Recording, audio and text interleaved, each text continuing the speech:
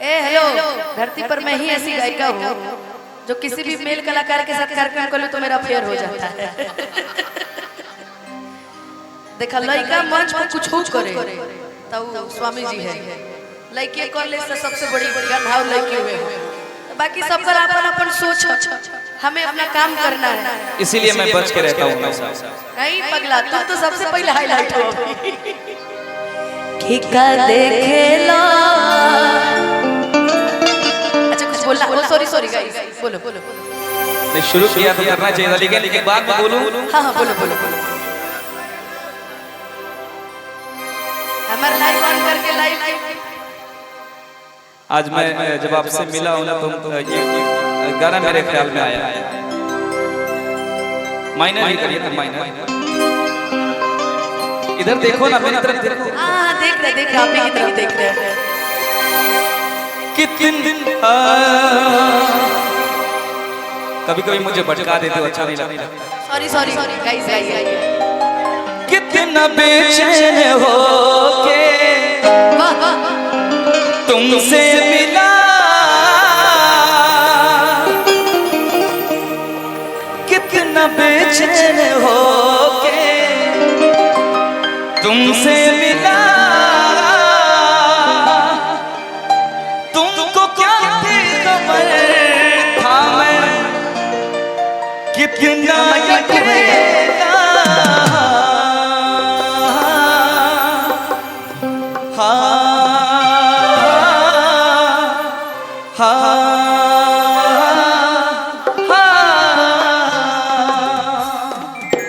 ये मेरे दिल की फीलिंग थी, लेकिन बीच में सूरज आके पूरा डिस्टर्ब कर दिया।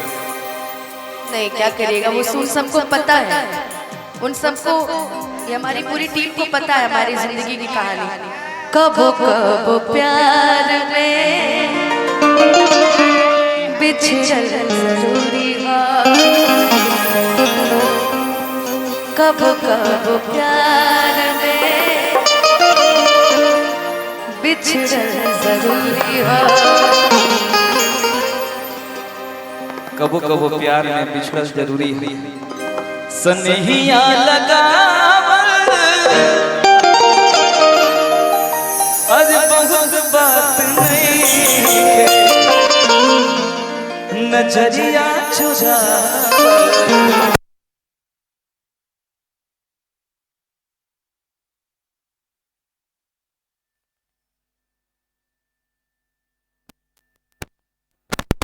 हेलो, हम नजर क्यों चुराएंगे तुमसे? हमसे नजर नहीं चुरा सकते। हेलो, इसका भी भूकल उठाई भैया। हम क्यों तुमसे नजर चुराएंगे बताओ? सत्य परेशान हो सकता है पर अजित कभी नहीं हो सकता है। सत्य के सब एक बार खिलाफे खड़े होते हैं, झूठ के पीछे तो लाख दुनिया है, सत्य हमेशा अकेले खड़ा होता है। अरे आपको गिराने के लिए लोग 2.5-3 साल से लगे, कोई बात नहीं, 2.5-3 साल से कोशिश हो रही है कि कैसे अनुपमा को गिराया जाए, कोई बात नहीं, लेकिन वही है ना कि सत्य परेशान हो सकता है पराजित नहीं, है ना? तो आप सत्य हो इसलिए अभी तक खड़ी हो और आगे भी खड़ी रहो।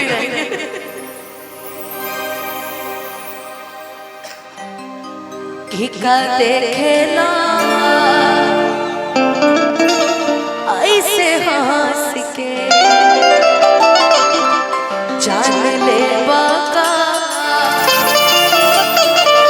कोरा में हंस के, हर प्यार में पागल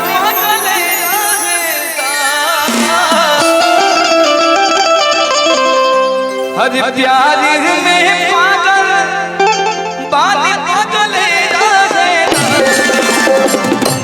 धनी हो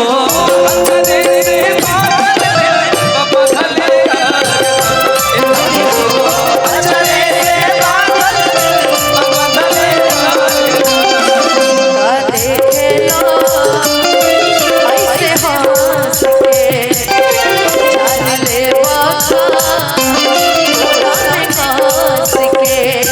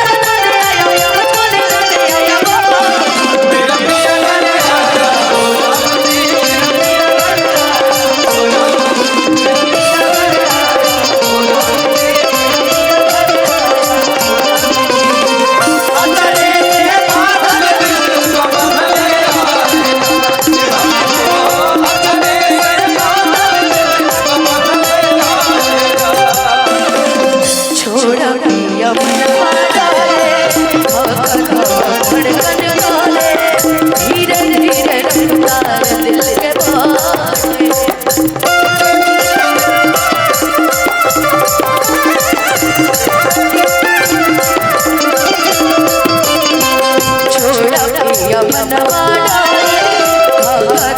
धड़कन गाड़े धीरे धीरे रफ्तार दिल के बढ़े दिल पर दीवाना ना चल जाए अखियां के जादू तन चल जाए दिल पर दीवाना ना चल जाए अखियां के जादू तन चल जाए आज की रतिया रात जगने आए आज की रतिया रात जगने आए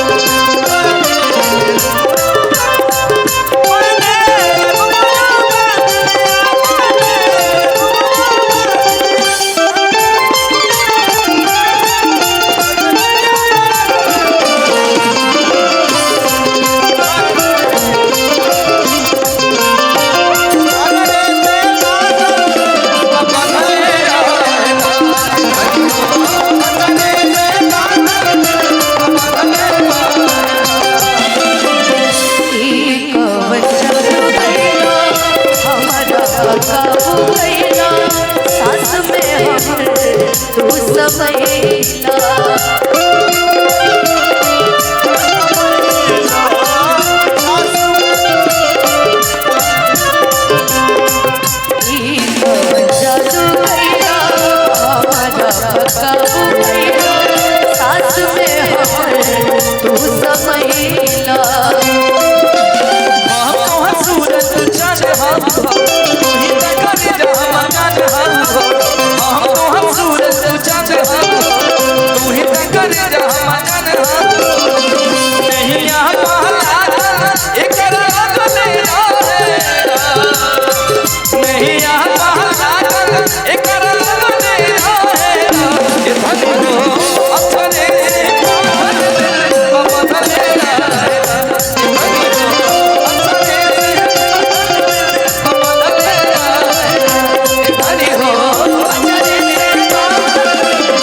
से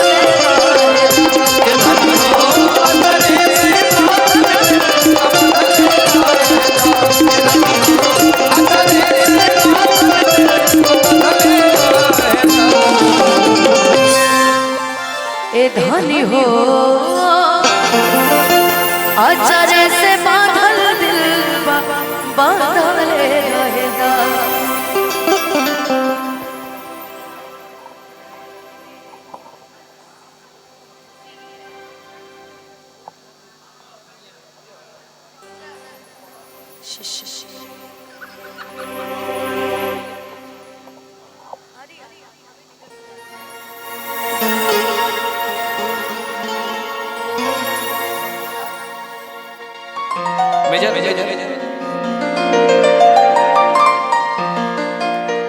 फिर से वही चलिए कोई बात नहीं आई कि चेहरा सुनर होके तो छुपावल ना जाला